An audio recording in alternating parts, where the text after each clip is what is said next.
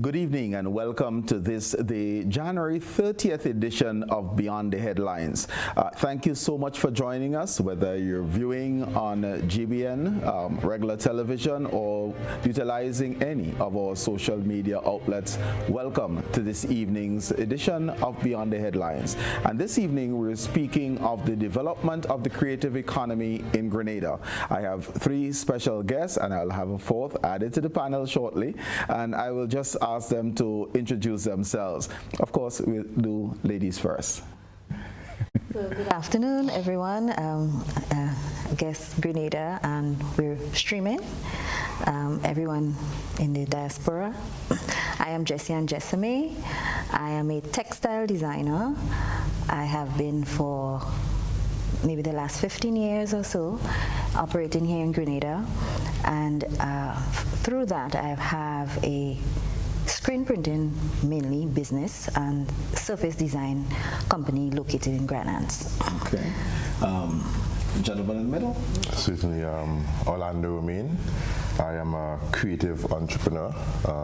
I own a creative agency called Hex5 Creative, which I've managed for the last 7 years, probably one of the larger agencies on the island. I'm also the advisor to the government on the creative economy. Okay, thank you. And I think probably the most familiar face of the three. Well, I am Christopher DeRiggs, better known as Chris DeRiggs. I'm the artistic director of Heritage Theatre Company. I'm also a playwright and recently appointed as chairman of the Grenada Cultural Foundation. Okay, so Jessie-Ann, Orlando, Chris, welcome to this evening's discussion on the creative economy. And this actually is a new topic that has been introduced nationally, and we heard Prime Minister introduce the concept certainly at the budget. Orlando, you're a special advisor on this particular theme within the Ministry of Economic Development. Share with us, what is this creative economy? How would you define it? Certainly. So there's a lot of varying definitions. I think it's an area that the UNESCO in 2021 declared a priority sector. All right. And so many countries are moving forward to see how they can define what the creative economy is for them. Loosely speaking, it is the whole of the creative industries, which speaks to those individual practices such as design, art, visual art, film, music, entertainment, together with the business and legal framework. So the economy speaks of the ecosystem that supports the creative industry. So the creative industry are those persons who actually produce, but on their own, they cannot survive. Okay. They need bankers, they need lawyers, they need government policy. And so all those supporting systems make up the creative economy. Countries can consider themselves a creative or having a creative economy when the average business caters for creative industries or for creative practitioners. So if we get to the stage where Jessie-Ann, for example, who is a textile designer and entrepreneur, can walk into a bank with a business proposal and can receive funding, and the bank understands how to evaluate her creative business, we're moving into a creative economy. The economy or the country or the nation understands the value of the creative sector and so facilitates transactions within that particular sector. Okay, and let me just stick with you a little bit. There is conversation. So for example, Jamaica has a National Cultural and Creative Commission that is charged with overseeing this particular aspect of the economic development. Is there a distinction between the cultural economy and the creative economy? That is something we will get to the nomenclature of how we actually define ours. Different countries, as I said, use different terminologies. For now, we're calling ours the creative economy. However, we do have a body of work which we will soon embark on to develop a policy and strategy for the creative industries / economy. That certainly will include culture. For now, we've separated the two. We want culture to focus on the developmental aspect of arts, be it music, be it film, be it fashion, be it theater, to focus on the art form, develop the capacity of the locals. and the creative economy focuses solely on the business aspect of it. So when I become an expert musician, how then do I transition my passion into profit? And what are the supporting mechanisms or the enabling environment that will allow that seamless transition? Mm-hmm. Once we finish our strategy, it may say that, listen, you need to merge these two distinct areas into one body. That body may be a statutory body. It may stay with the government. We don't know, but we want to embark on that research to figure out what is the right formula for Grenada. Mm-hmm. Chris, is there a formal creative economy in Grenada? I mean, I know people are doing things, but would you say there is a formal creative economy, a creative sector? Well, there is a creative economy. One can always discuss and debate how organized, how well developed it is. But when I think of the creative economy, I think of all the economic activities that artists are involved in. And sometimes it's for profit, sometimes it's not for profit. And you know, it encompasses the production, the distribution, and the consumption of products, cultural products. And you know, in all this process, you know, the goods are produced, like records, books, and that's sometimes referred to as visible earnings, visible products.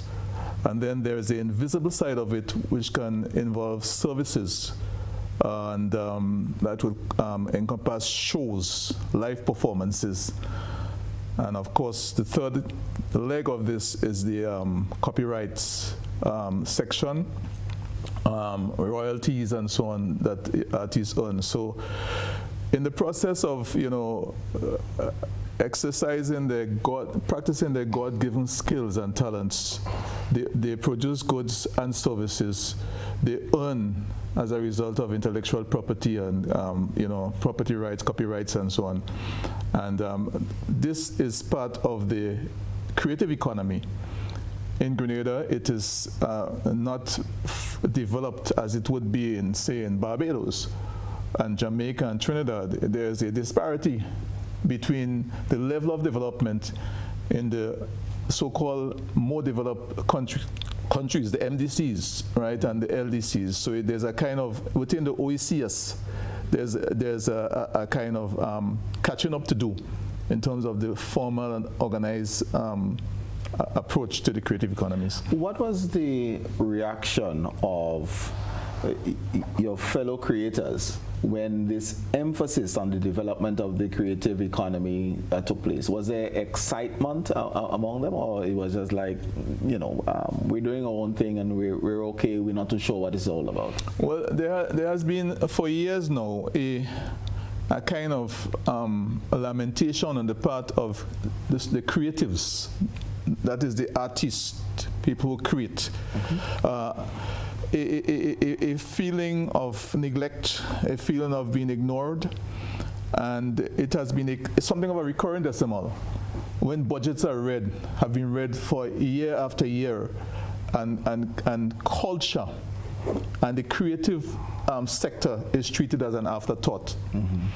So when in this current cycle of budget, it was announced that the creative economy will be given focus, emphasis, intentional support, incentivization, and so on. The people I've interacted with in the creative community have expressed a feeling of, all right, so like they get it now, you know, the policymakers get it, and there's a kind of anticipation, but there's also a kind of skepticism, because that skepticism is conditioned by the experience of people talking the talk and not walking the walk. So among my colleagues within the creative economy, there is a kind of mixed feeling, anticipation and hope, but a kind of lagging concern that this time it might be another round of disappointment. Talking the talk, but not walking the walk, Jessie-Ann. When you hear transforming the creative economy, what comes to mind? What are you looking forward to? How far back do you want me to go? I started my business with a specific intention to get involved in creating to earn. And I think the issue around creativity is that we think it is not an area that has to be formalized or studied. And it's a new approach in the region, but it's not new. It's an old industry. And the creatives have been around for quite a long time, supplying all our economies with a host of goods, of products and services. So hearing it now is interesting because my initial studies was involved in the conversation around creative industries for about 20 years now. So it's really great that in this space, in Grenada in particular, we are having the conversation.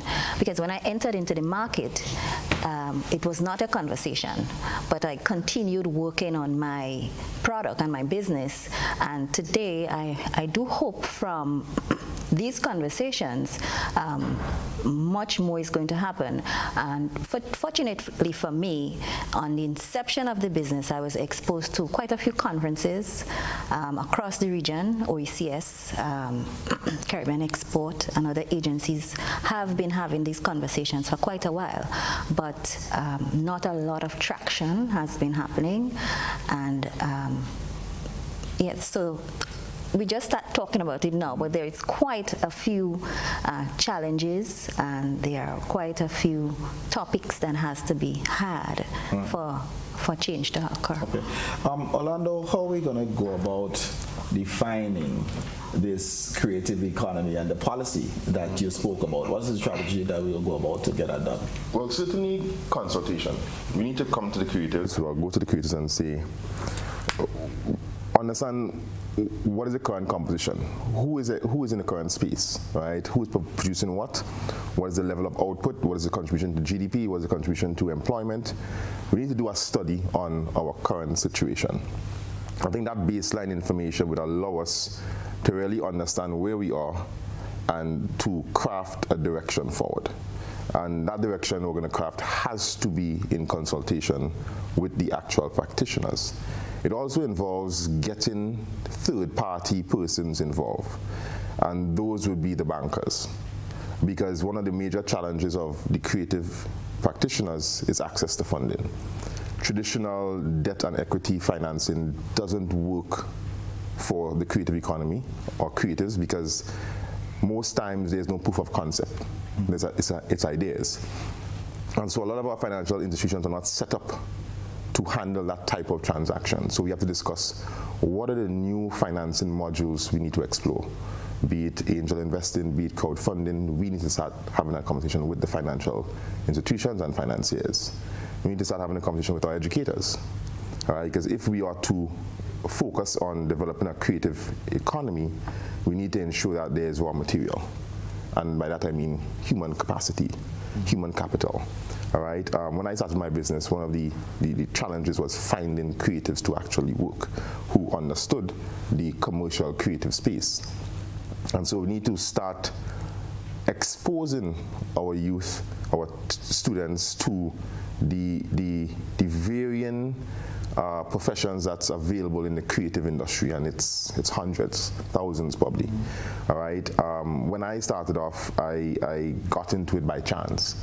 I had a friend who told me he was going to study digital multimedia, and I kind of kicks, like, what is that? A few years later, I ended up there. He was intentional because he was exposed to that. He is from the US and he was exposed to that type of industry, so he knew from an early age what he wanted to do. I ended up there by chance. So we're saying we cannot allow our students to fall into the creative industry by chance anymore. It must be planned. I noticed that you said consultation, find out who we have, what is going on. But shouldn't there be an overarching vision? There is. And if you can share what that Right, that overarching. And the meaning here is that are there areas that government has decided we will prioritize? Right. Not that we ignore the others, but we will prioritize, we need to prioritize. So the broad vision is to ensure that Grenada is an economy that exports intellectual property, all right? And our creative economy represents a significant component of our GDP. All right, so broadly we want to diversify our sectors.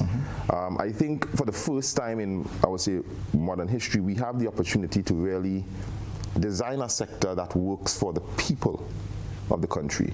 You look at tourism, and yes, you know, we say tourism is everybody's business, but the average Grenadian aren't at the top tier of the value chain. You look at agriculture. We produce our products, we export it, and we buy back the finished goods. We have the opportunity right now to design this in a way that our creators can find themselves in every point of the value chain, from production to distribution to royalties. And if you think about royalties, right, and if you think about the challenges the Caribbean faces in terms of population size, we need to get creative in terms of how we're going to generate revenues on a consistent basis. Now, imagine 100 Grenadians have films and they're making royalties from that. That sets the basis for generational wealth. That allows our people now to focus on other problems as opposed to day-to-day income generation. And so you start now, that allows us to start building a more sophisticated society, I would say, because revenue and day-to-day earning is not our main concern. We have revenues coming in from these intellectual property. So the creative economy will certainly allow us to achieve a lot of wins from an economic standpoint, but also from a social standpoint. If you think of America, it has defined itself based on Hollywood. It decided what it's going to be, who it's going to be, and it projected that onto the world. And that became the great America. There's a lot of things we can draw from, and we can use the creative economy, the creative industries, to really define our identity as a people, which would ultimately help boost the confidence of our people. Confidence is boost, output is boost. So broadly speaking, our vision is to be a mecca of creative output within the Caribbean. But again, the data will inform the exact narrative and the exact sectors we want to focus on. I can tell you to begin with, film, fashion, music, and game production are some of the ones we have already pinpointed. There's a lot more. Okay. All right, and the others will be supported, but we feel that we can get some quick wins, particularly from a revenue generation standpoint, in those 4 sectors. To both Chris and Jessie-Ann, Jessie-Ann, you go ahead in terms of, and also you would expand on the point that you would like to make, but what would you like to see in a policy as well? But go ahead with the initial point you were making. So one of the points he made was the exportation of our culture, and it's hinged on your creative activities. But to be able to do so, it's hinged on our legal framework. And as a textile designer, one of my advantages, I do not have to leave Grenada in order to sell my work. The problem with that, really and truly, especially in the region when we plug into all the other agencies in terms of the islands, we have a lot of support for small business development, for growing small and micro businesses, but that is hinged on our intellectual property laws. Those are not effective. And if you get into the legal part of it, and one of the things of being in business, there are a lot of areas that you may not be an expert on, but you have to know something about those areas. And one of the weak areas is the intellectual property laws. And I have been fortunate to attend a series of workshops around the Caribbean. So you mentioned Jamaica as one of the countries that are moving forward in developing their culture and economic creative industries. Jamaica is the only region, I'm not sure if Trinidad is involved, is the only country that has applied to the Hague Convention, which deals with copyright and intellectual property laws.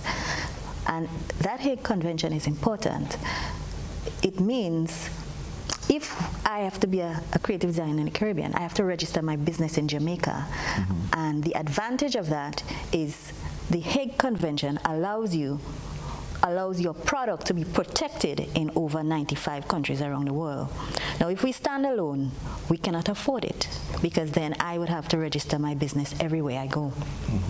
So the crux of creative industry is protection for your people and protecting the products and the services that they develop. And it could be for anything. You could take it down to the beats for Jab Jab. Are we protecting it? Is it protected? Can anybody around the world just take the beat and use it? And we herald all the rappers and all these people who are doing great in the music industry, but what we don't understand is what's the linchpin in their success is the ability to register and own their products. And you might be surprised how much fine details that go into that aspect of it that gives you the ability to earn in the long term that type of passive income. So I commend Orlando. Okay. So Chris, we heard from Jessie-Ann in terms of policy, intellectual property rights, and moving in that direction. We'll bemoan the fact that the steel pan is not necessarily patented in Trinidad and Tobago, although they created the steel pan, and Bose is the only musical instrument that was created in the 20th century. What would be your, I wouldn't say pet peeve, but if you have to see one thing incorporated within the creative industry policy development thrust, what would that be? Well, it's going to be one thing for me, because I've sort of spent my entire last 40 years of my life looking at the kind of institutional support that is required for the creative industries to grow and prosper. I believe that just as governments see it important to incentivize businesses that are involved in the production of goods, and even businesses that are service-oriented in tourism and so on, or real estate, there is equal legitimacy for the creatives. So whether it is some kind of incentives that deals with input concessions for inputs into the productive process, or institutional support in the form of training, helping creatives to get into the business of the creative industry, so understanding copyright and understanding also what kind of standards that they must meet in order to become global, as well as training in even business management and event management. We have to understand that if we believe that the creative sector is a legitimate sector, then we need to incentivize that sector in pretty much the same way as we look at agro-industries, as we look at tourism. Bearing in mind also that there has been a kind of sectoral shift in terms of economic possibilities for our country. We have seen the decline of the commodity export sector. Banana, as we say, gone through as an export product. You see nutmeg and cocoa having exciting possibilities, and you see some diversification, glimpses of what can happen. But even so, right, I'm looking at it from a macroeconomic perspective. We are facing, there are challenges coming at us fast and furious as a young developing nation. And the existing sectors, even with the expansion of tourism and other services, we still have a concern with unemployment. our roads and bridges are in disrepair and constitute a threat to public safety. Our hospital, the plants, there's a lot left to be desired about our healthcare system, the human resources in the healthcare system. Similarly, you can look at the physical plant of our schools and so on.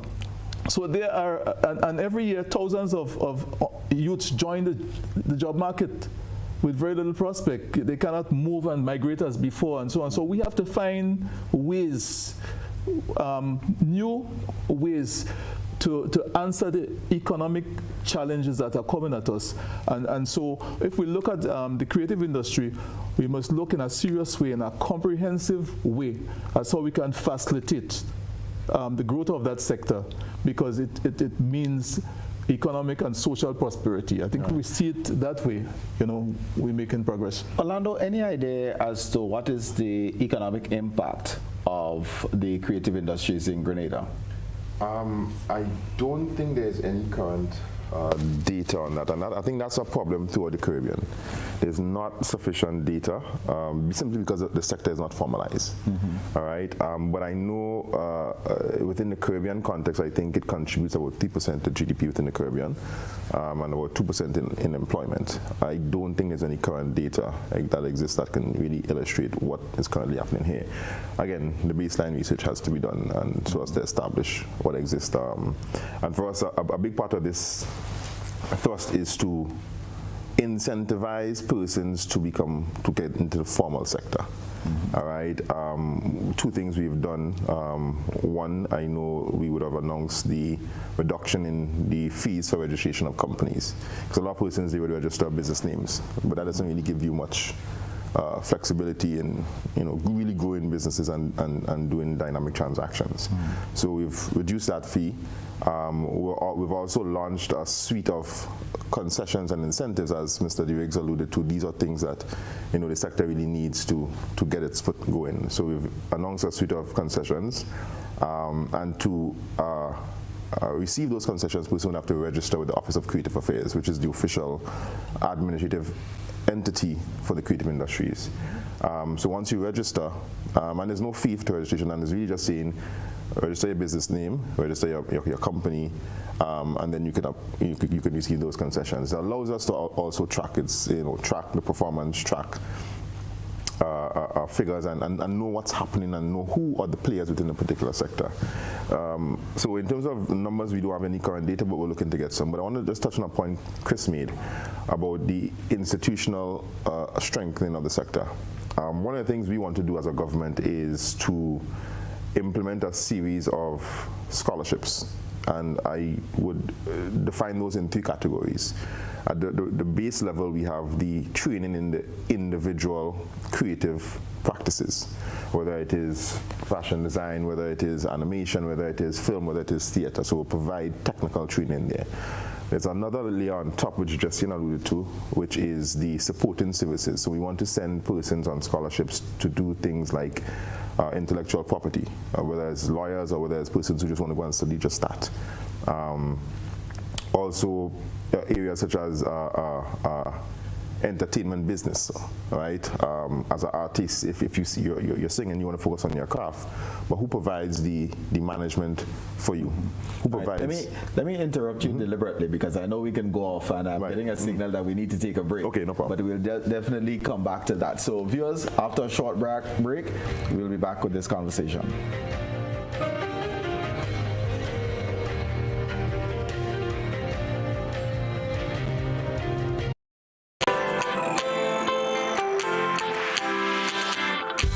When you need someone to help you to your feet, I'll be that beacon to your highest peak.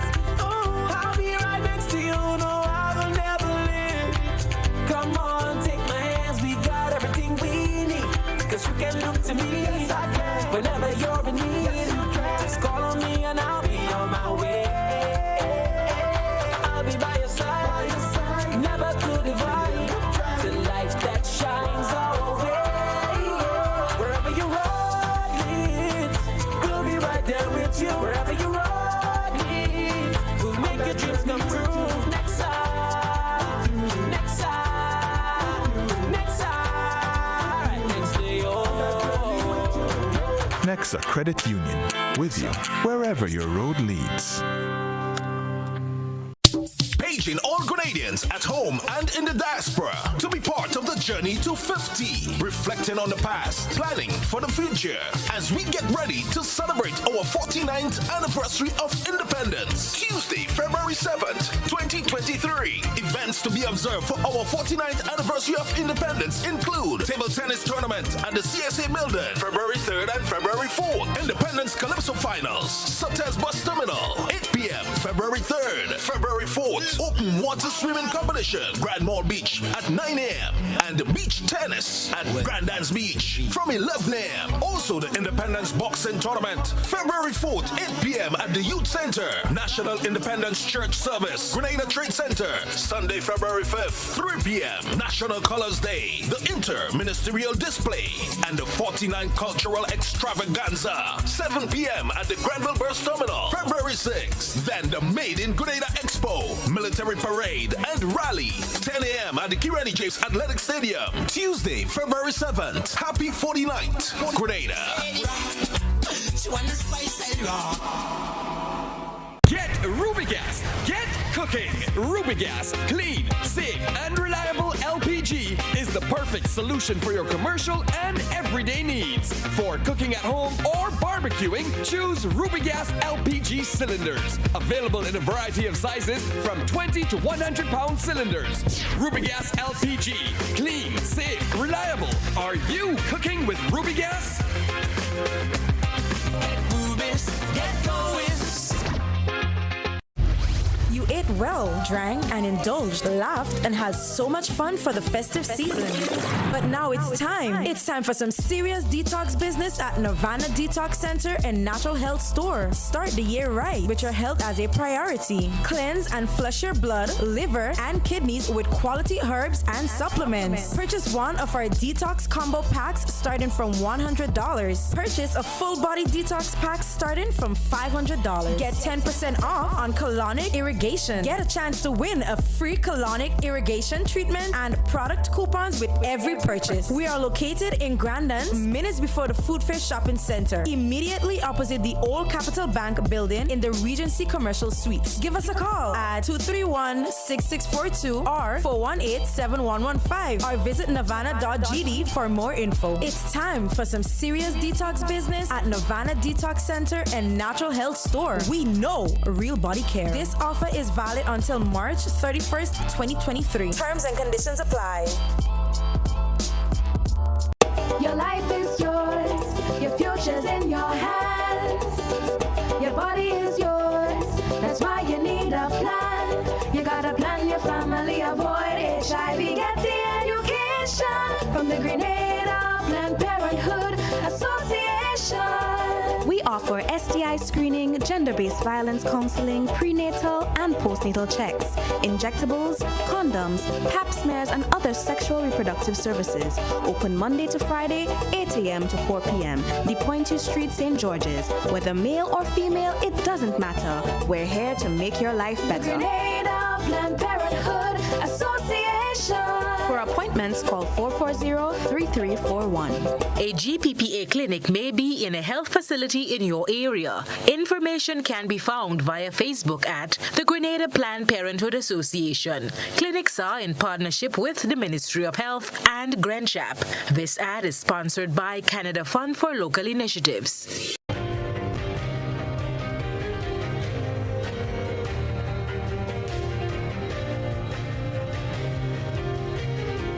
Welcome back, viewers, and this evening we're discussing the development of the creative economy here in Grenada. Orlando, when we left off, you were speaking about the intentional development of the human resource capacity, starting off with the creatives themselves and then getting into the business of. If you can just take a step back and outline the 3 or 4 areas that would be targeted for personal development. Yeah. So the human resource development is critical if you are to be serious about the creative economy.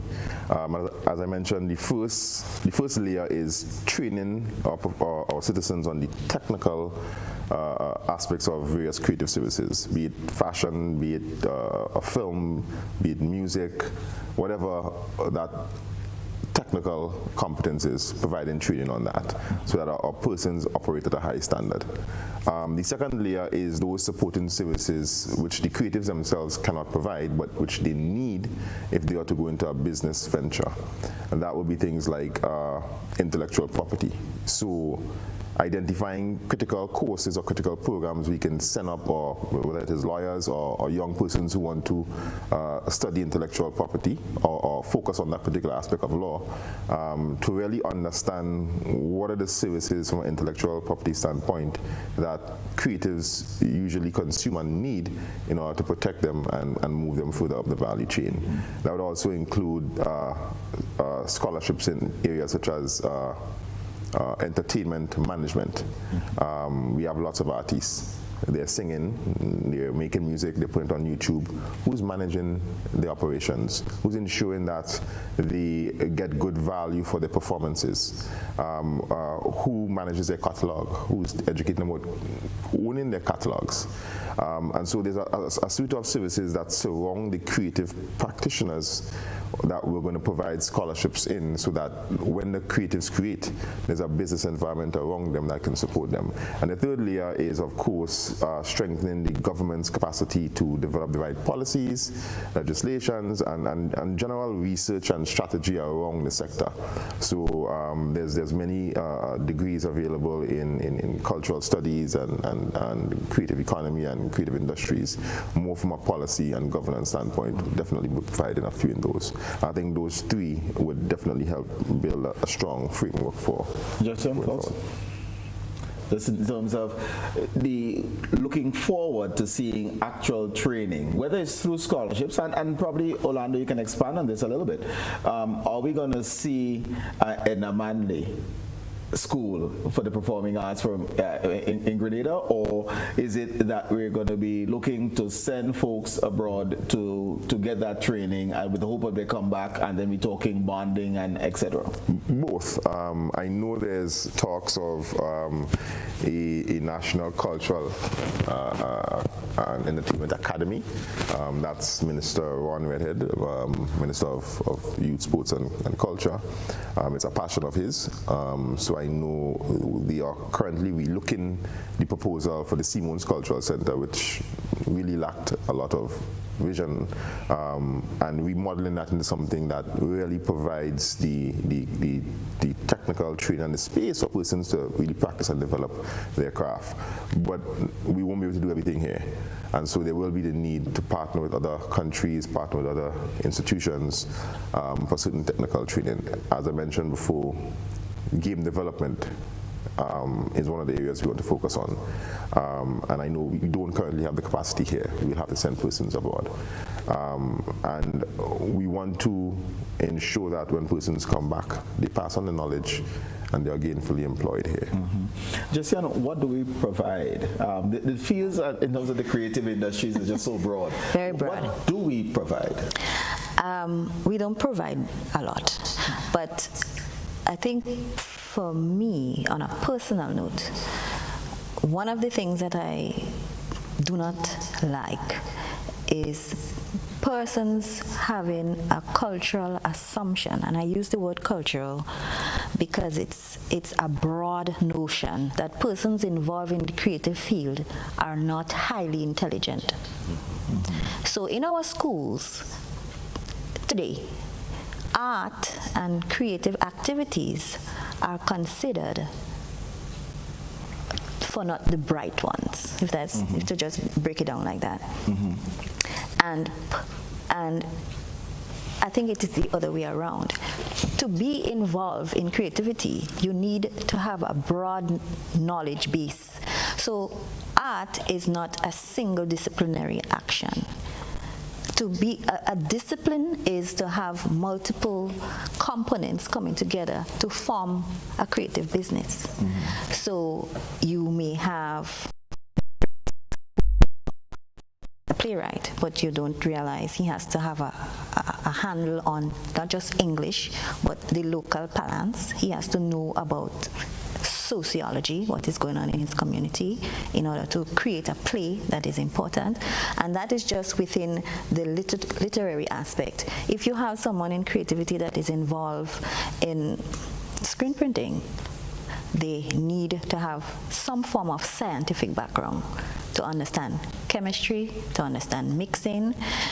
If you want to spread that across in getting into textiles, you do not just deal with the graphic or the visual arts aspect of it. If you can then get into fabric construction, what types of fabric, there's always innovation happening around the world within that area.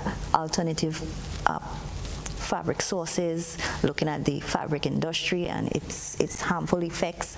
So when we talk about formalization of the creative industry, it is much deeper than just saying we are going to create a vocational school. I'm not interested in vocational schools because you are sending students to a space where you're already telling them what they're embarking on, you're not the top of the crop. You cannot continue that. And that is an idea that developed maybe through peasantry, or because we are young nations, we adopted those ideas around art. It is not a subject area that is seen as, and it's just perception based, because that is not true. You need to start having the conversation around why art is important, what it does for your psychology, what it does for your creative muscle. It is really a muscle because it's something that has to be applied across all sectors. You cannot have a banker who's not creative. He has to solve problems. And solution solving is what creativity is about.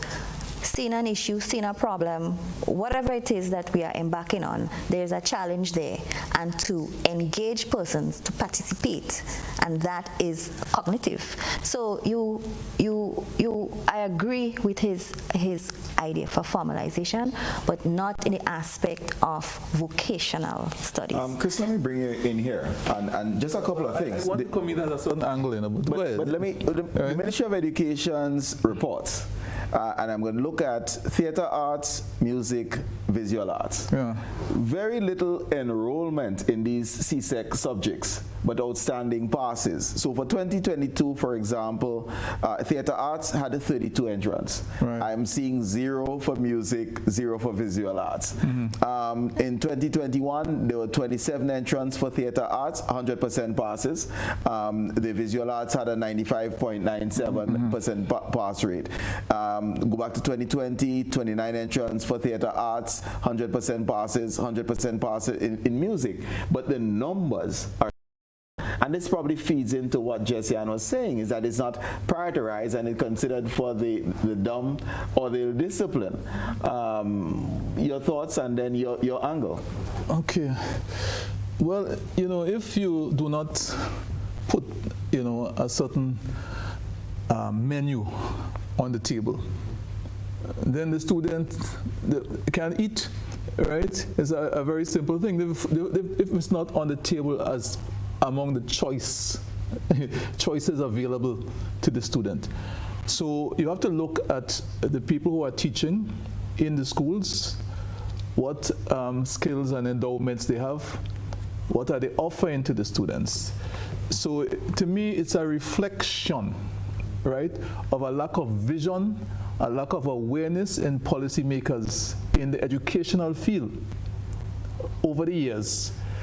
That kind of bias, that treatment of the arts as an afterthought and reflected in the kinds of financial allocations that are given to art, that speaks books, and it translates down to the basic retail level, where the student, right, is offered a limited selection of creative studies that can be pursued.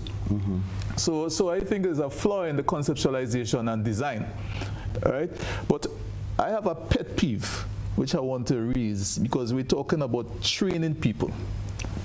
But when them people train, when they come back, what are the facilities that are available to them After, 49 years after independence, we still do not have a state theater. And what is to stop us? If we can find funds to build a national stadium, right? If we can find funds to do all major infrastructural projects, that cost over $100 million, what is to stop us from building a state-of-the-art performing facility that is multifaceted and capable of staging events for different disciplines in the creative arts? Is that the Simon Cultural Center that we've been talking about? $10 million is much less than $180 million, right? And the only thing that's stopping us is it starts here. If you don't have the vision, then it won't translate itself into practical policies. So we need a sea change, a new paradigm in terms of how we perceive the creative arts, and so the facilities, the physical facilities are important. A facility that has proper lighting, sound, seating, all the aesthetics of the beauty and power of art, of the performing arts. And that you'd be surprised to know what that does in terms of the confidence of the artist and his or her preparation to grace the international stage. Let me ask you this in terms of your new role. Do you believe that the Grenada Cultural Foundation has an important part to play in elevating culture in general, in defining and getting us as a population to appreciate all aspects of who we are as a people? And coming out of that, there'll be a greater level of appreciation for the artisans across the different fields? Well, the Cultural Foundation has to work in partnership with other players, other institutions within the policy making and the programming for the creative arts. The Cultural Foundation, as you probably know, was established since 1998. At that time, one of its objectives, the first objective, was to help create a cultural policy, a national cultural policy. But there were several other identified objectives: management of cultural facilities, training, research and documentation, the management of festivals, including Carnival. And you, Colin, you'd remember that when the Spice Mass Corporation was established in 2011, right, the Cultural Foundation no longer had that responsibility. So it seems to me that it's an evolving landscape for managing the creative sector. Let me just ask you this. Would you say, based on all that you have mentioned, that the Grenada Cultural Foundation has failed us 1998 to now, and we still don't have a cultural policy? No, the management of festivals I wouldn't say that, right? I wouldn't say that. In fact, I've had the privilege of meeting with the small staff of the foundation, and I know they've been trying hard with very limited resources, and they're looking forward with optimism that there's a new feeling and a new direction in. But so let me just but you mentioned the cultural policy. In 2014, right, a cultural policy a draft cultural policy was prepared, but it was never formally accepted. So it is still a work in progress. But in that policy, there's talk about crafting a national identity. And it's still a work in progress. I mean, but that's a critical thing. That crafting a national identity is a big challenge. We're looking at. You don't agree? So okay, you have to determine who are we as a people. My own definition. You ask me, who are we? We are a branch in the tree of Caribbean civilization. That's my definition of who we are. Right? Black Stallions say we're still struggling to build identity, struggling to find a common identity. My feeling is that, okay, when I look at the cultural policy we're talking about, they spoke about national dish being oil long. They spoke about the Grenada Dove. They spoke about the bougainvillea as a national flower. There's no national dress, and that's a work in progress. So I expect that Jessie-Ann will be a major player in seeking to solve that part, right? But you see, I will not say, I think that, you know, an institution like the Cultural Foundation has to work in collaboration with the growth, the diversification and growth that Orlando's responsibility will bring, right? But I think there are some core responsibilities, like the organization of festivals outside of Carnival, right? And my recent check was that there are over 25 festivals on the calendar of festivals in Grenada. Yes. And that includes the national festivals, which are Independence, Carnival, Fisherman Body, Arts Festival, and there are the so-called grand festivals, which are regional or restricted to a specific community and so on. Maroon Festival in Carriacou, or St. Patrick's Day, Fish Friday in Guave, and so on. The Cultural Foundation, I could see running with those things still, right? I could see the Cultural Foundation playing a big role in the management of Grenada's built heritage, or fortresses or historical monuments and so on, as well as documentation and research. I see the Cultural Foundation playing a role in those things. But would you say that government over the years would have failed the GCF by being under-resourced? I think the probably 1998 budget has not changed very much as we move from 1998 to 2023.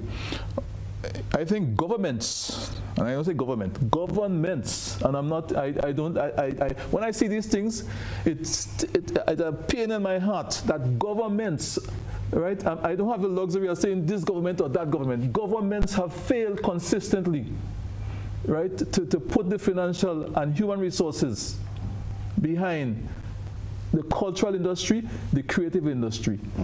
So what I see, therefore, is the need, right, to reset, reimagine, look at how, you know, the Ministry of Culture or Department of Culture is going to function with respect to some of its core responsibilities. Look at how the Cultural Foundation would retain some core responsibilities, and look at how the Office of Creative Industries is going to function with respect to diversification and growth, with business orientation to bring, you know, foreign exchange to Grenada. Okay. Right? Jessie-Ann, I know you wanted to weigh in on this one. you saw so much to talk about, but I think because we are a young nation, and I would call it 1974, right? We came out of an era of patriotism, and I think the culture around patriotism is those ideas around culture. Who owns culture? What is we culture? And within that time, we still had activities within our calendar that was hinged on religion. So we had seasonal activities and events. Now we are shifting into a different type of era, or a clearer understanding of the different roles government play in building our economy. And there's some, and then you still have private sector and public sector and all these kinds of things. So culture is an area that is going to have a lot of issues for definition, and culture also is forever evolving, and we are changing. And one of the hinges on the creative industry is that ability to change and to move forward constantly at a rapid pace, because people's ideas and wants and desires are also constantly changing. So in the original conversation, or the earlier conversation when we were speaking about Jamaica and how they define it, I understand why they did that. Because to have a cultural foundation or a cultural office, you are focusing on the things that you want to record, document, and maintain. if you get into film, if you get into even theater, if you want to use the model, and maybe England is a great place, Ireland is a great place. If you want to go to a show that has a specific subject that is of a specific period, they have persons who are experts in that period that could tell you about their dress, their clothes, what they eat, and all those things filter into film. So you might want to look at a film like Lord of the Rings. Lord of the Rings or Harry Potter. They can take you back about 10 centuries ago and have an idea of what the landscape looks like.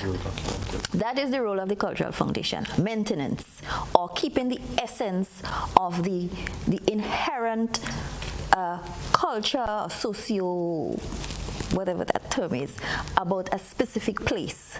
So job is one of those things, but that is hinged on how they use the charcoal, where it came from. There are other things in our society that makes it specific to Grenada, and the ability to replicate or to be inspired by it is what your cultural foundation should be about.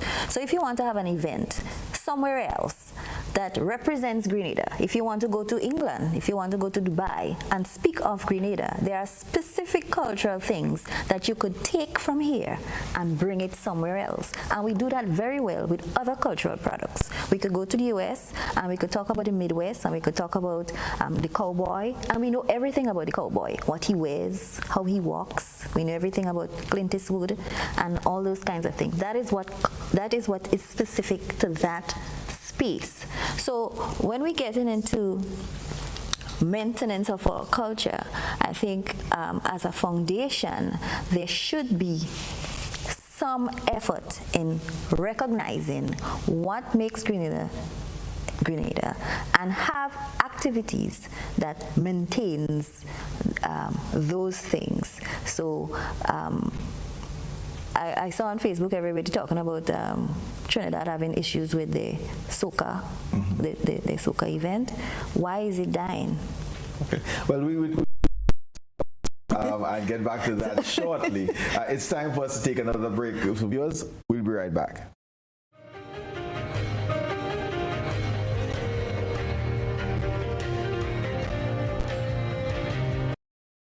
Have you heard about the new Softweave bathroom tissue with total hygiene? As hygiene and safety have taken center stage, our bathroom tissue is now manufactured with 3 different technologies to offer the best protection for you and your family. UVC light technology for a safe and effective disinfection process, eliminating 99.9% of microorganisms. Also, production at high temperatures, killing all types of germs and bacteria. And it's pH controlled with delicate fibers to prevent irritation for even sensitive skin. Softweave Total Hygiene Bathroom Tissue, available in supermarkets and shops island-wide. Visit Softweave Caribbean Facebook or Instagram pages for more information.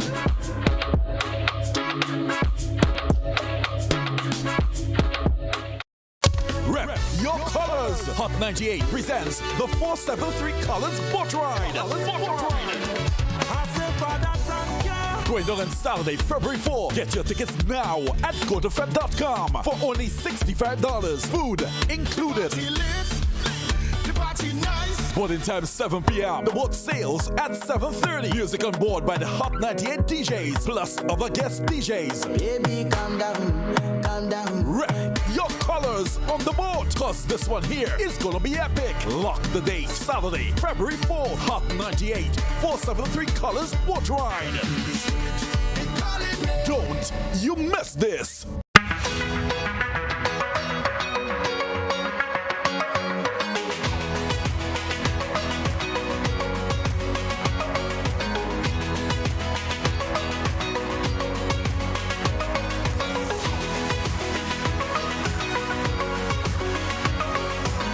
Sisson's WeatherGuard Pro. For every project, there's only one Pro.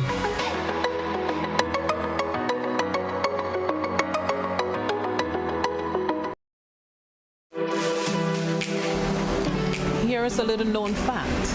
there is only one place in Grenada that you can get an MRI scan done. That place is Spice-Isle Imaging Center.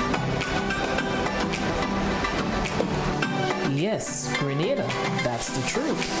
Other centers could offer you other scans, but Spice-Isle Imaging provides an authentic MRI scan. Here's another little known fact. Spice-Isle Imaging has 3 centers.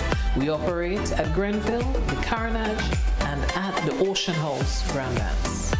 We provide the widest range of laboratory tests and services. CT scans, x-rays, mammograms, ultrasounds, and a host of other services. We are fully staffed by a team of family doctors and specialists. Call us today at 444-7679 or 440-1500. or visit any of our 3 locations. Spice-Isle Imaging, from seeing the doctor to getting lab tests, scans, and pharmacy services. We are here to take care of you. Did you know that our changing climate is disrupting weather patterns and continues to cause more intense weather systems? Did you know that at least 3/4 of natural disasters are water-related and their intensity and frequency is increasing? Did you know that rising sea levels can cause our fresh water to become contaminated or salty? These are just some of the realities that will be examined in our new series, Our Climate Reality, which premieres on Wednesday, February 1st from 8 p.m. on all GBN platforms. Our Climate Reality will engage local, regional, and international stakeholders in this fight to preserve our planet and our most precious resources. Our Climate Reality, brought to you in part by the Grenada Climate Resilient Water Sector and Habats.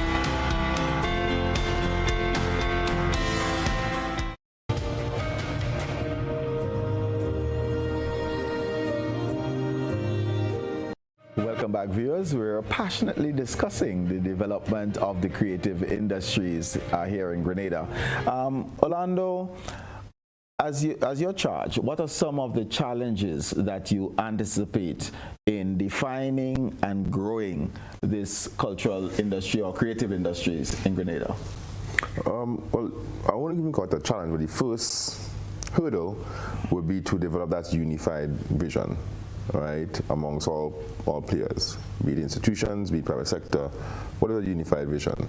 All right, because the creative industry depends heavily on our tangible and intangible cultural and heritage assets. That is also a major concern and a challenge for me, because I see the depreciation of it happening at a very rapid pace. We are not documenting, we are not standardizing, and we're not preserving well enough so that the creative industries can draw. Because I see our heritage, intangible and tangible, our ingredients a filmmaker would take to make a story. I know a person who's writing a story right now on boat building, a love story on boat building. Right now, what are the standardization that happened around boat building? Can they go and find accurate information?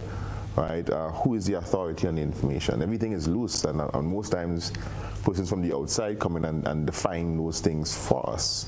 And so that's a major challenge for us. We need to take ownership of our culture, take ownership of our heritage, and begin the process of documenting and standardizing those things so that we can draw.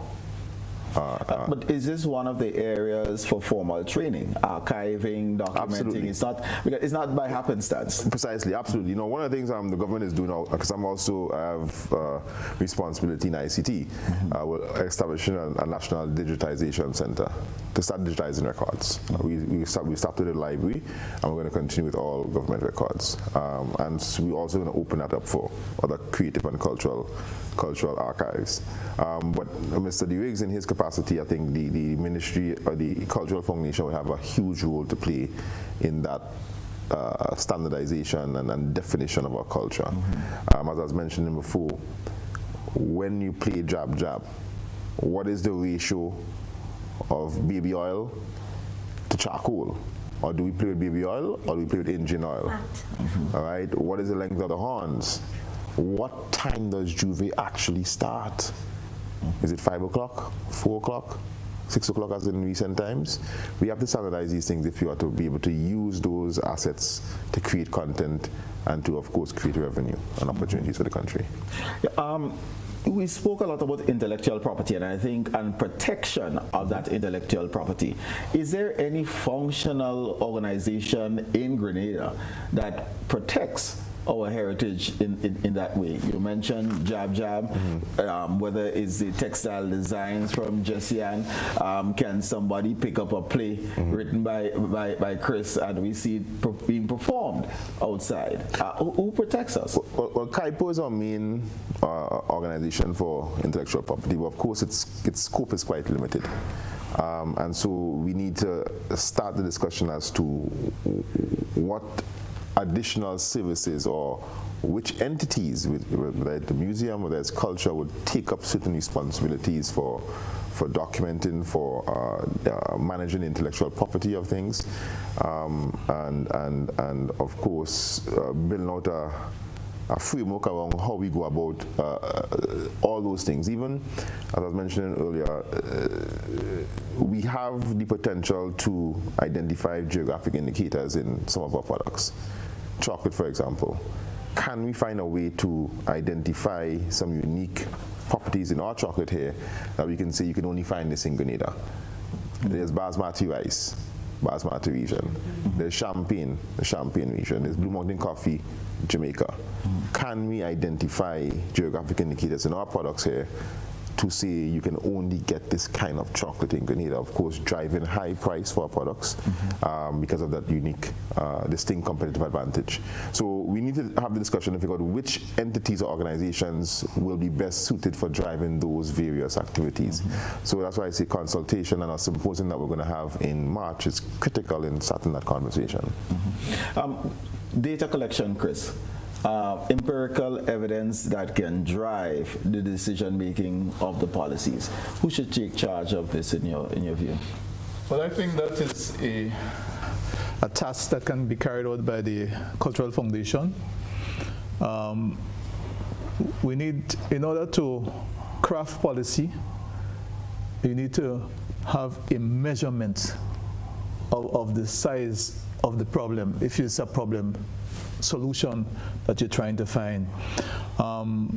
So among our creatives, we need to know who are the calypsonians, who are the musicians, who are the fashion designers, who are involved in theater, the other visual arts and so on. We need to have a database, and that constitutes a baseline in any study that might even involve a value chain analysis and so on, their contribution to economic, to GDP, right?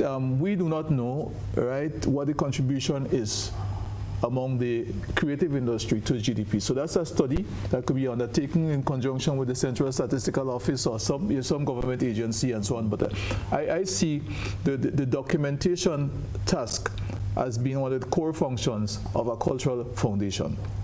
And we must be very clear that this we cannot do guesswork. We have to have a customized approach.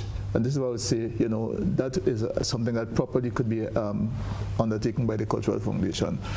I believe also that sometimes when we plan, we do it onto lesser people, so-called lesser people. But it's an executive approach down and not from bottom up.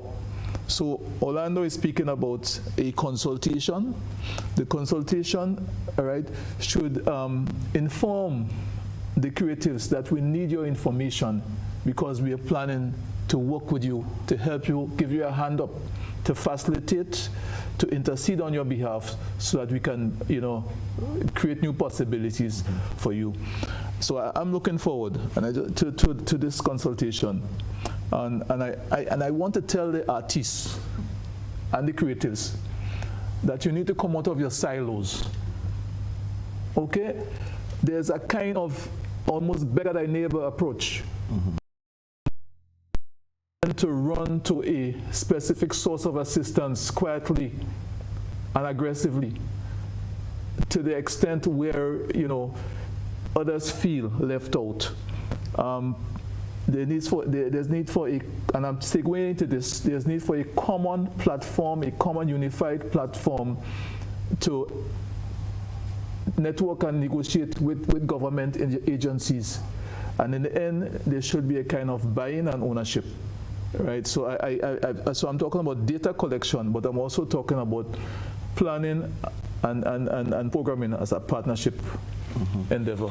Jessie-Ann, is there a fashion or design industry in Grenada, an organization? So we know we have like 15 Calypso associations, right? But the idea, if we're talking fashion, we're talking design, is it that type of collaboration that Chris is alluding to that should be taking place among creatives? No. That was an extensive answer. a very short answer,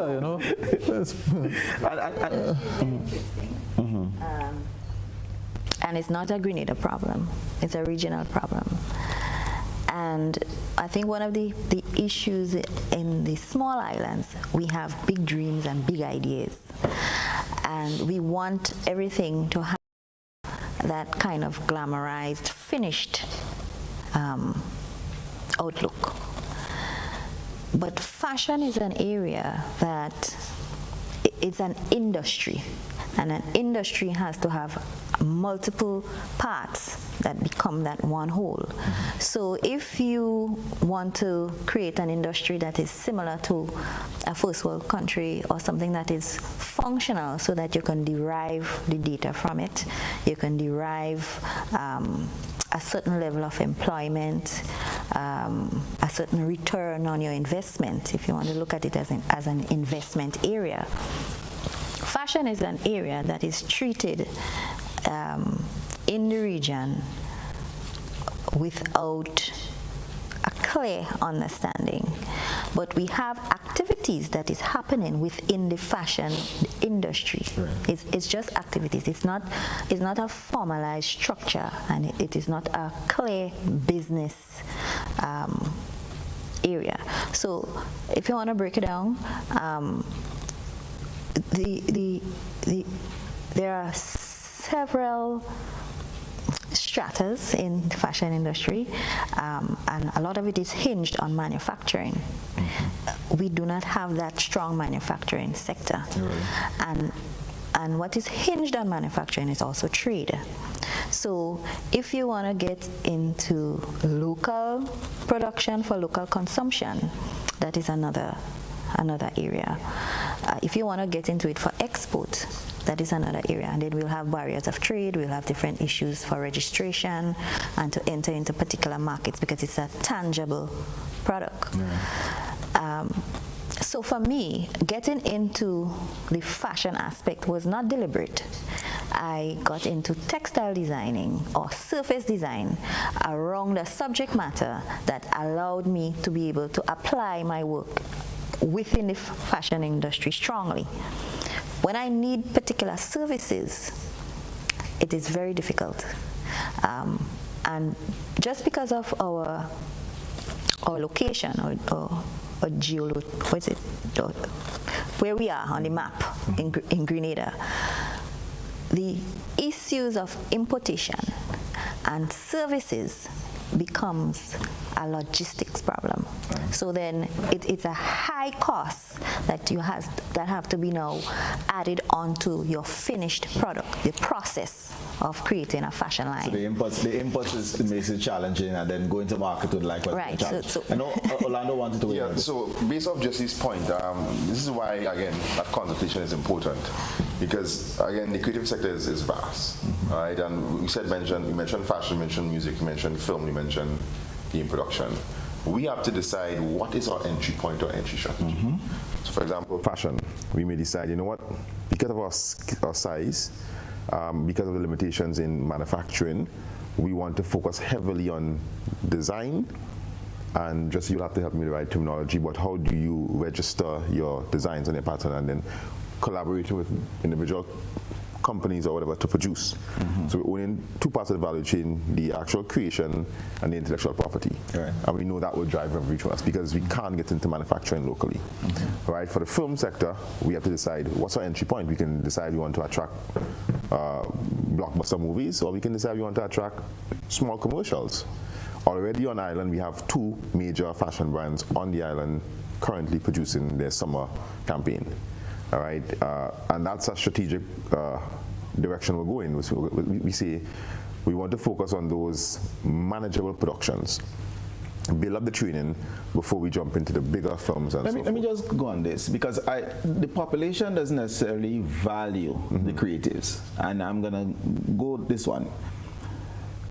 We have heritage sites. 100 miles north, if you go to a heritage site, there's a fee that is published that you will pay in order to have your film or photo shoot at that site. I don't know that that exists in Grenada. And we're talking monetizing now. Again, in terms of getting our population to demonstrate their appreciation for the creatives, we have commercials using people's music, but they're not being paid for it in terms of the copyright. That is a cultural shift that we have to have as well. And that's why when I say when you have a creative economy, the economy would respect the inputs of the creatives. Can I? Yeah, sure. I had the privilege of visiting China on more than one occasion. And I was, when I got to the Great Wall of China, there were booths. And in these booths were costumes. Costumes of Chinese military officials, generals and emperors and so on. And I was given the opportunity to put on a costume and pay a US dollar to take a picture in the costume. We have Fort Frederick, although no war was fought there. Excellent. But the point is, why can't we, do a similar thing up there? All right, so that a visitor from the cruise ship, which is a 5-minute drive from the terminal, all right, take a picture of a French military officer, take a picture in the costume of a French military officer and pay a US dollar. All right, the idea is to keep the money here when the tourists come. They're going back with too much money. But I'm also going, where I'm also going is a different thing. It's the people who make money at those sites. So you're charging someone to take wedding photos, and you go up to former Governor General's residence, you go up to Fort Frederick or Fort Matthew, you charge. Of course, of course. But in most countries, there's location fees. You charge for the location. As a matter of fact, the companies come in, we're trying to move swift to be able to establish what those fees are and which entity collect it, because they're coming in, they're filming and they're going out. Right. All right, and we say, yeah, we're getting promotion, but okay, fine, we're getting promotion, but there's a value you're taking away. All right, and we need to create a structure where we can extract revenues from those locations. Can I make another suggestion? Jessie-Ann. So what he's speaking about, for example, Oxford. Oxford makes its money as a county, or however it's termed, by heritage sites. And we have a lot of film that is being time specific that is filmed in Oxford, so they get paid for that. But we as tourists, we go to London, we go to London Bridge, we go to Big Ben, we pay for all the services that are applied there. And I had a similar experience with the Chinese experience, but China has different tribes or different culture, and when you go to each one, they have specific iconography. They use that to develop a range of products for within their country, inbound tourism, that they can take away. So if you go to a site that is developed around a tribal marking, whatever the practices are, the government is the one who makes the investment, not the people.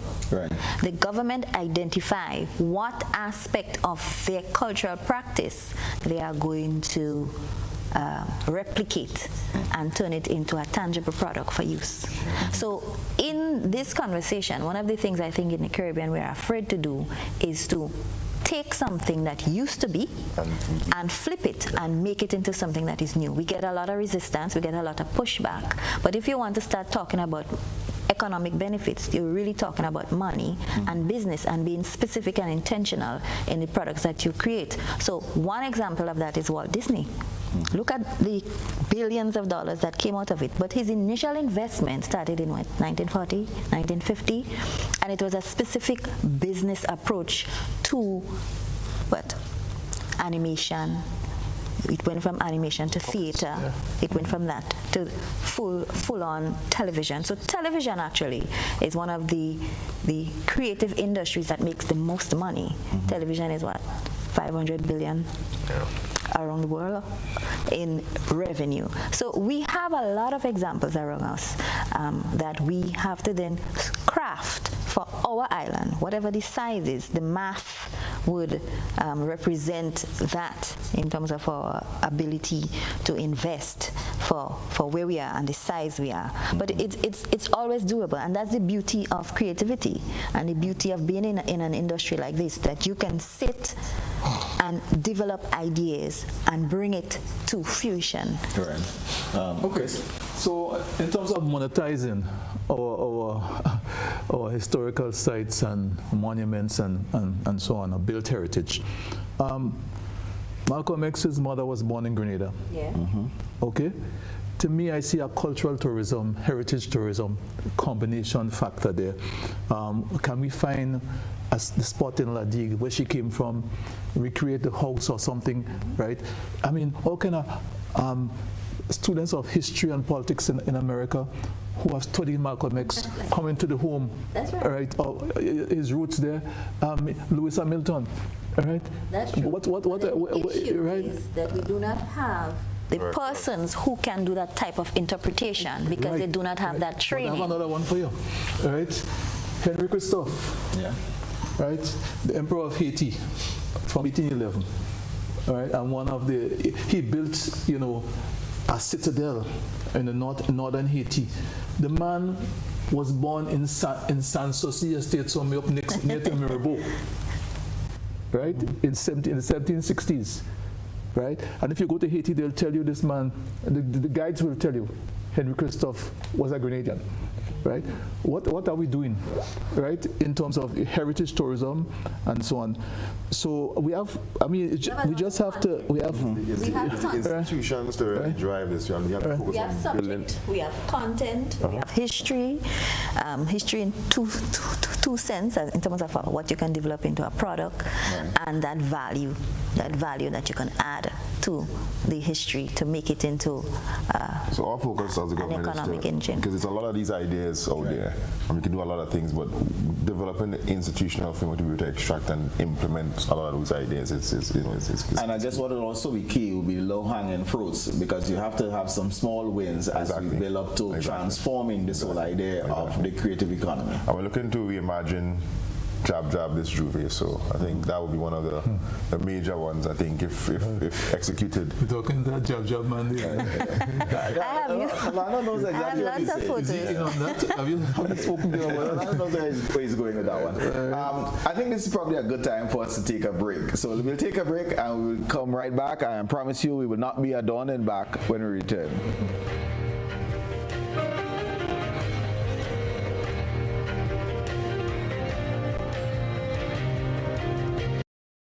Total is one of the world's largest oil companies with a top quality line of lubricants. Total Lubricants has a full product line from passenger cars, motorcycle, heavy industrial equipment, mining, trucking, agriculture, and manufacturing machines and vehicles.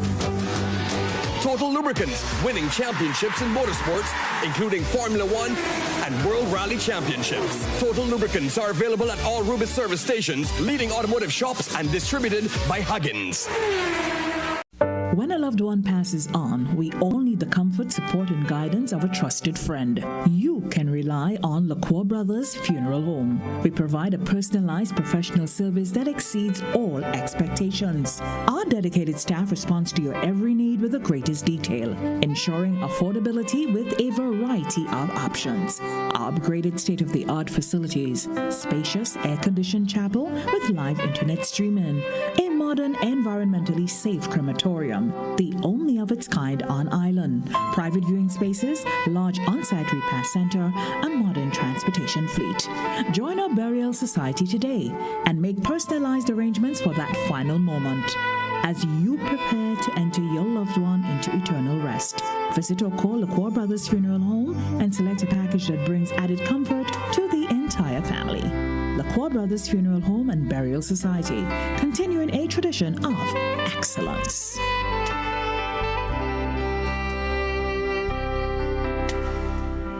Rep your colors. Hot 98 presents the 473 Colors Boat Ride.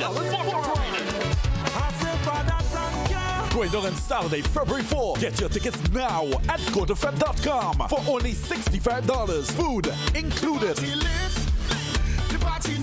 Boarding time 7 p.m. The boat sails at 7:30. Music on board by the Hot 98 DJs plus other guest DJs. Baby, calm down, calm down. Rep your colors on the boat, cause this one here is gonna be epic. Lock the date, Saturday, February 4th. Hot 98 473 Colors Boat Ride. Don't you miss this. Do you have muscular pain that no one can find a solution for?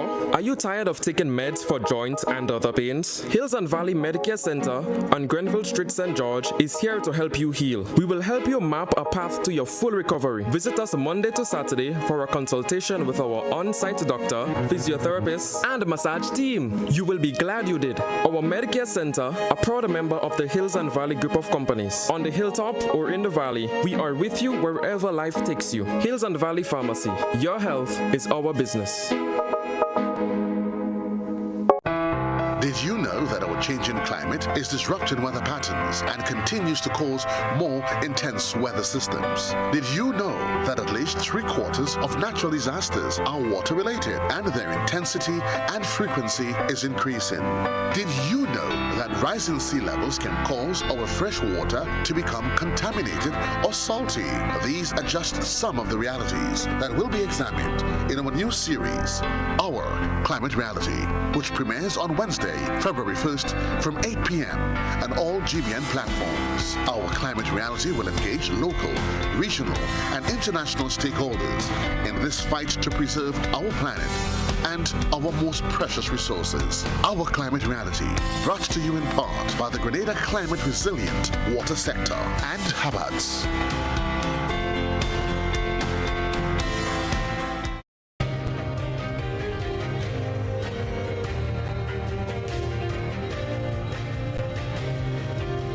Welcome back, viewers, and we are discussing the development of the creative economy in Grenada. Orlando, let me just give a quote. Special fiscal incentives for the creative industry, including 100% concessions on CT and VAT for selected equipment for 12 months starting February 1, 2023. A quote here from Prime Minister and Minister of Finance during the 2023 budget statement. Are these concessions only for standardized registered businesses who probably will be in good standing on government taxes and GAFIN? Because sometimes when we speak of reporting, people believe they might be targeted and you don't get the pickup that you'd expect. So firstly, we have to break the culture of tax being a negative thing. All right, so persons are afraid to be formalized because of that. We need to break that culture. But this concession is open up to all creative businesses, whether you're just starting off or you're already established. It will also include companies who bring in equipment for creative businesses. So they have persons, a lot of persons buy things online now, but they have people who can't buy it online or don't know how to buy it online. The concession will be passed on through those third parties. And we're also looking at a way of allowing schools to be able to identify students who would want to acquire certain pieces of equipment to apply for those things on behalf of those students. So it will cut across the board. All right, but what we really want to do is give our citizens access to the best resources. All right, I always give this example. If you have a party and you have 100 persons outside, each person have $50, and the cover fee to go inside is $45, but they won't go in because they want to be able to buy drinks. let them go in free. They would spend the money. All right. So we want to really stimulate the economy with those fiscal incentives, so that creative persons can invest more comfortably. Is it targeted to specific aspects of the creative industries? I know, for example, in the 1960s, Jamaica deliberately removed duties and taxes on everything surrounding the music industry. Right. And there came reggae music, because to record for the creative, that financial barrier was effectively removed. Is this going to be targeted, or you know, how we decide what gets the concessions, what do not? In the first instances, it's going to be open to any business that we classify. So we're working on the classifications right now, right, defining which of the businesses that would be qualified, and what are those individual items under each subsector. So it's as broad as possible for now, but and we mentioned it's going to last for 1 year. All right, and then but February 1 is in 2 days' time. No, that was pushed back actually. Okay. The Prime Minister made an announcement in the last press briefing that it's going to be pushed back to March. March 1st. Right. All right. So once that year has elapsed, we will see, and we will be in a better position to identify where are the sectors we're really going to focus in on, and then probably zeroing on concessions for those. But for now, we want to just throw a broad net. All right, and see what the pickup will be. Okay. Viewers, you'd be able to weigh in, so we'll be taking calls in a little bit if you would like to call. But just prior to that, publishers, you know, years ago when there was the launch of the Spice Word Festival, there were about 5 festivals in the region. Now there are 20 plus, and Grenada is not necessarily consistently having this. That space for the spoken word, for the publications, is this something that you're going to be paying particular attention to? Absolutely. Actually, one of the creatives who do publication reached out to me. It's like, I didn't hear anything about the importation of books, and he's like, yep, that's definitely going to be on the list. But as you mentioned, spoken word and even publications, as technology merges with creativity, there's new opportunities, right, for voice artists, for persons who would love to convert their books into audiobooks. Right. All right. And so we're going to be encouraging that merger of technology and traditional publications, so that we can... I'm getting a signal. I believe we have a caller online. So good evening, caller, and welcome. Good evening, hello? Caller. Welcome. Yes. Go ahead. We hear you. Good evening. Is this Beyond the Headline? It is. Yes. Okay. My name is Raz Zakari, and I heard that I want to commend Mr. Romain for the venture tonight. However, I heard Ms. Jessamy spoke something about the about there is no way an artist in Grenada could be protected by intellectual property, and that's not correct, because I could remember myself and the deceased Dr. Wilfred Fletcher, we had Grenada, the government of Grenada at that time adhere to the Burns Convention. And I can remember myself, deceased Don Charles, and Peter Radix, we formed the Copyright Organization of Grenada, and we did quite a bit of work on intellectual property. As a matter of fact, the World Intellectual Property Organization sent myself and Don Charles to Jamaica. I also went to St. Lucia, went to Jamaica, I went to Switzerland and Sweden on intellectual property business. So, and there are a lot of work was done, because even I had lectures with the top police brass, and the law is there. It has to be implemented. That's number one for intellectual property. Now, in terms of the business, the creative business, you have to have a solid foundation to do anything in the creative industry. And like any other business, like for instance, I'm a musician. There is no musician union here. So all the people like the hoteliers and whatnot, they take advantage of the musician. That's number one. There is no serious music being taught in school. And as been mentioned on the program in terms of getting this creative working. You have to start from kindergarten.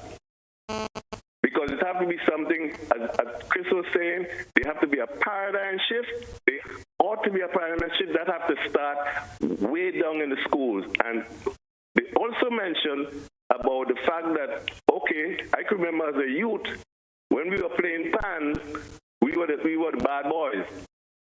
Now pans played all over the schools. So I'd say that to say this.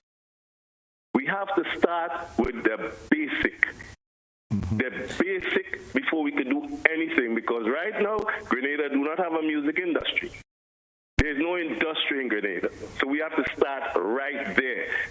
You have to deal with your publishing, you have to deal with your copyright, you have to deal with serious management, and first of all, you have to get the product. You see, they have to get the product. In terms of the musicianship and that type of thing, we have to get serious with that. Thank you very much, and I certainly appreciate the points that you made.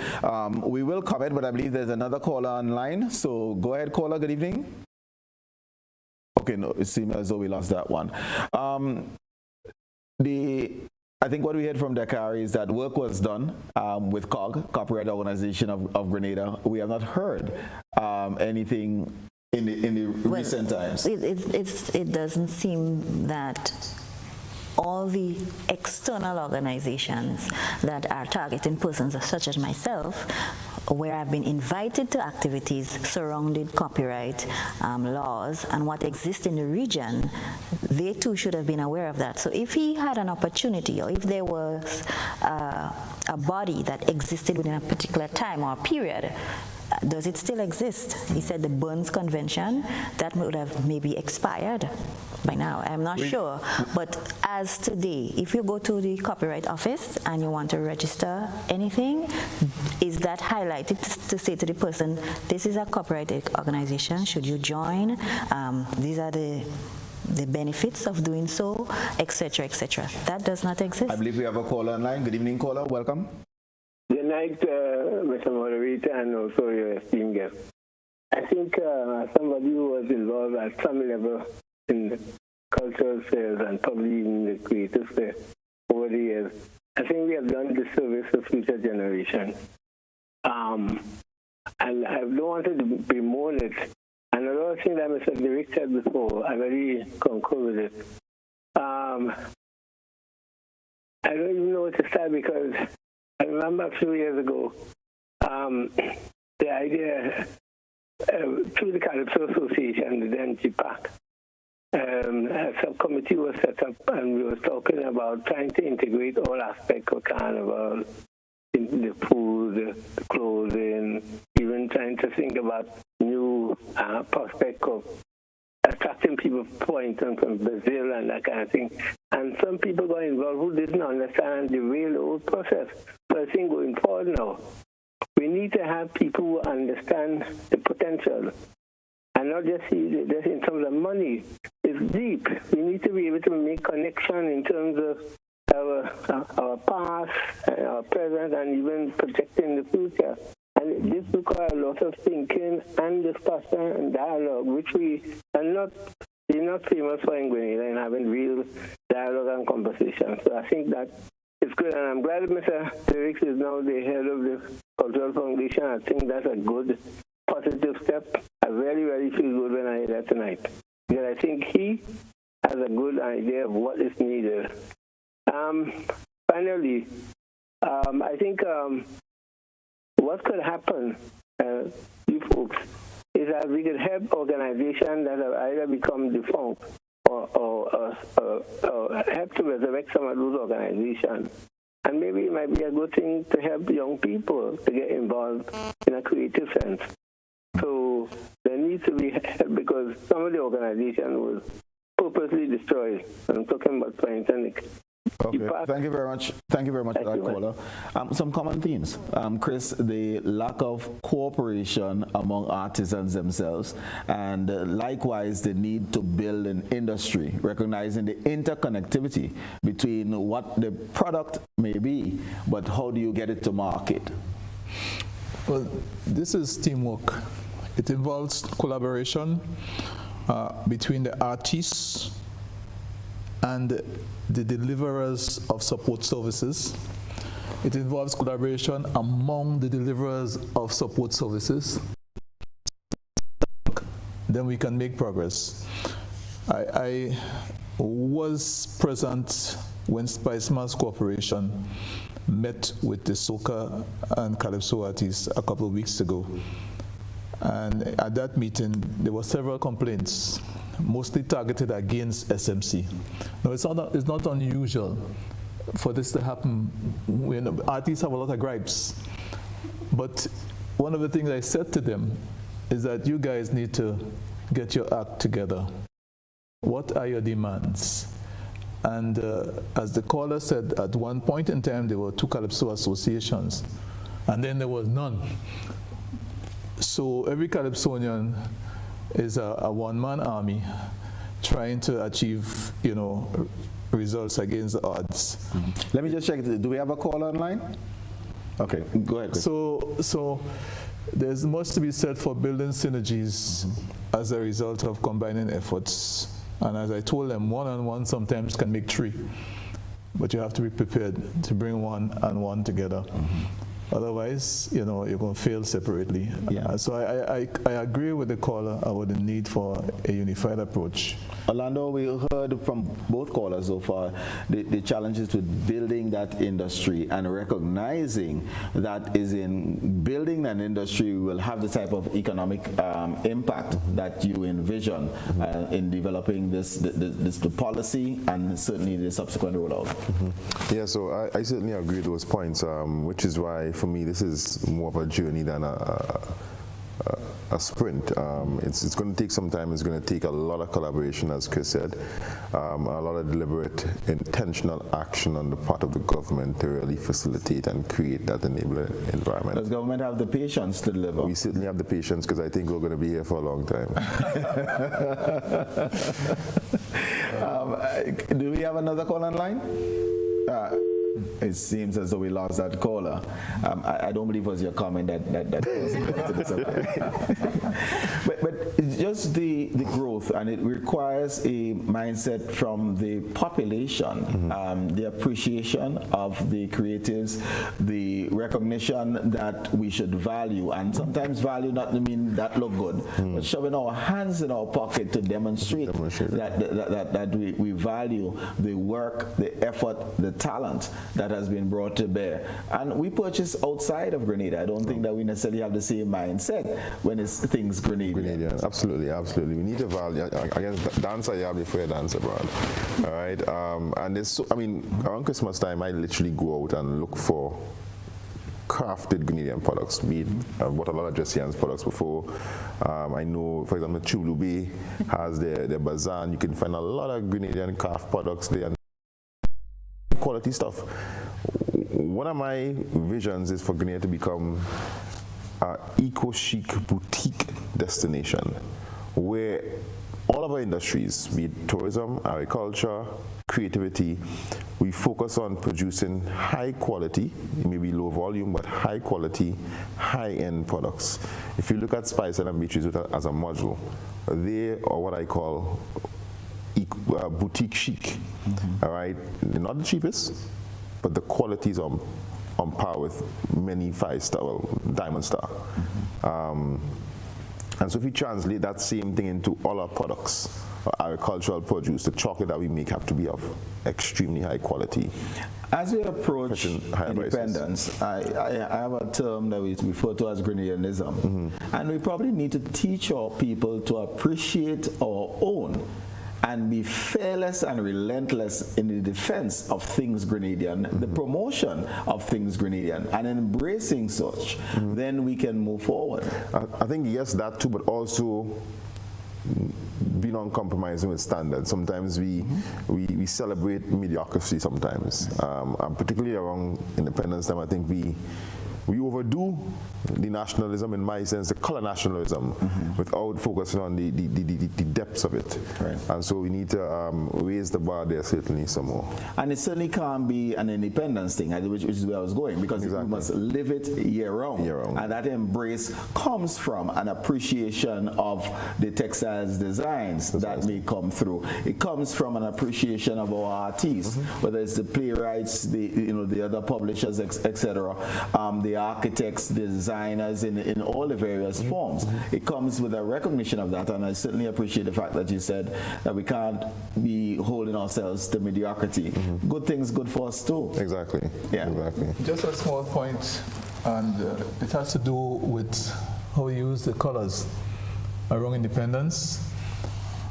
You would notice it is a practice for people to run riot with the colors. And it's great. It's great that there's this spirit among people, but it doesn't look aesthetically pleasing what is done to the lamppost. If I was a lamppost in Grenada, you understand? Right? And the walls, right? So one of the things that I was suggesting, and I think Orlando, we had a conversation about that, is that it's a good time to do murals. Let there be thematic decorations. For example, if St. John's is a fishing village, there could be a mural depicting fishing as an industry. St. Mark, maybe the home of Iveco or some traditional mass, that can be depicted. Similarly, if St. Andrews is the breadbasket of Grenada, then we can have murals depicting those things, so that there's a kind of thematic design that goes around, and it will be good because it expresses the nationalism, but in a more aesthetically. I mean, I can't be in more agreement with you, and then we tell the politicians and political activists hands off around election time, because that's the type of themes that we want to see. Viewers, I think it's time for us to take another break, so we'll take a break and be right back. Oh, okay. I'm being told that it's wow. It's 9:50. Yeah. So it's time for us to close off. So you'll get the opportunity to have some closing comments, and just in terms of your outlook, vision, aspirations for this journey of developing the creative economy. So I will start off with you, Jessie-Ann. I'll go to Chris, and Orlando, I'd let you have the final comments.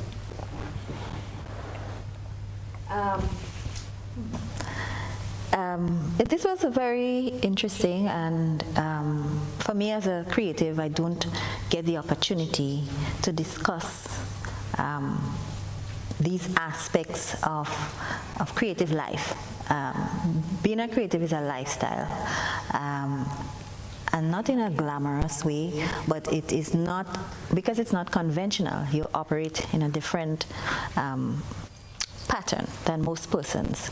So what I would like to commend is the ability to discuss, not to talk about problems, but to share more about what creative life is about and how that can change.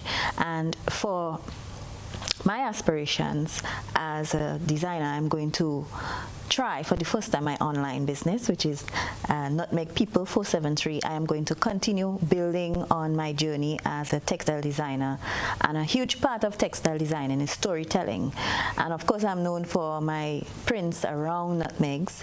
I am focusing now on the history of nutmeg, building a brand around nutmeg. So if you visit my website, I am doing trials on online sales to the US and Canada, and that is also giving me an opportunity to perfect that storytelling, image development, and getting into the business really of how to sell your product to a wider global market.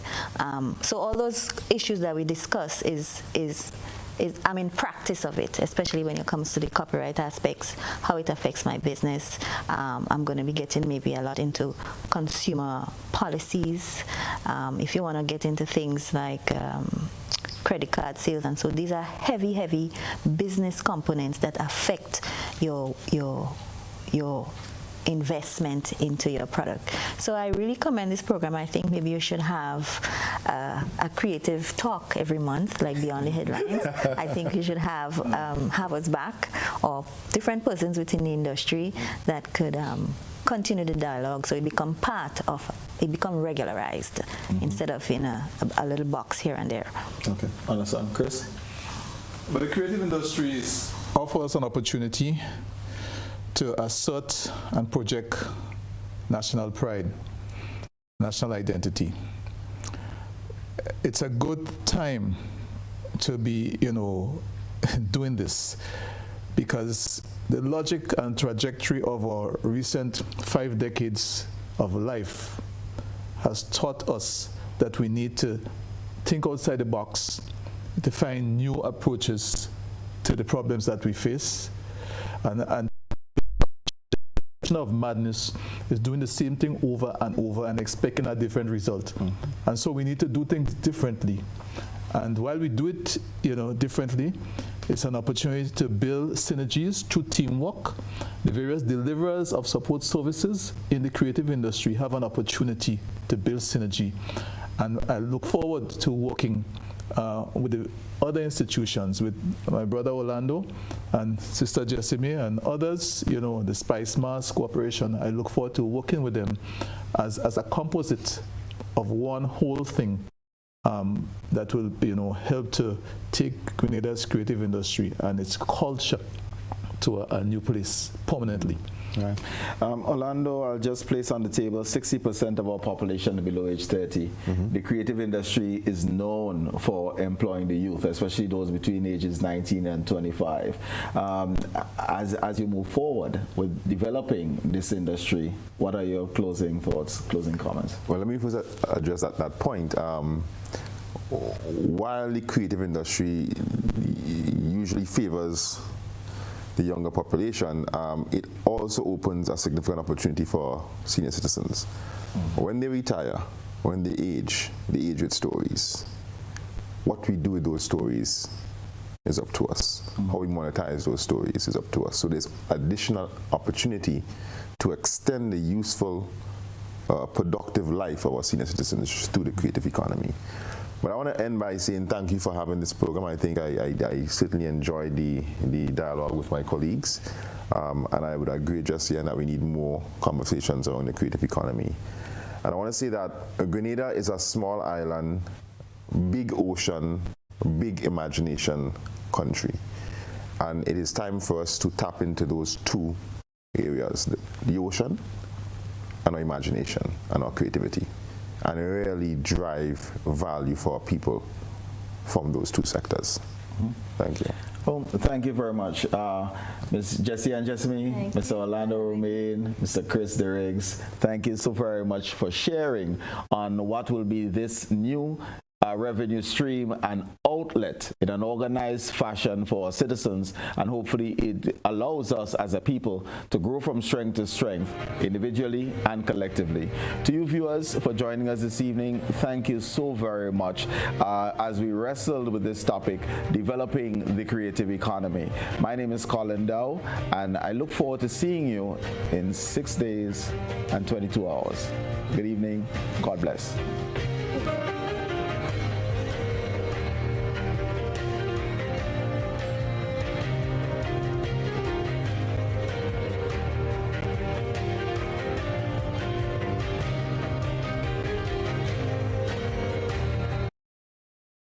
Rep your colors. Hot 98 presents the 473 Colors Boat Ride.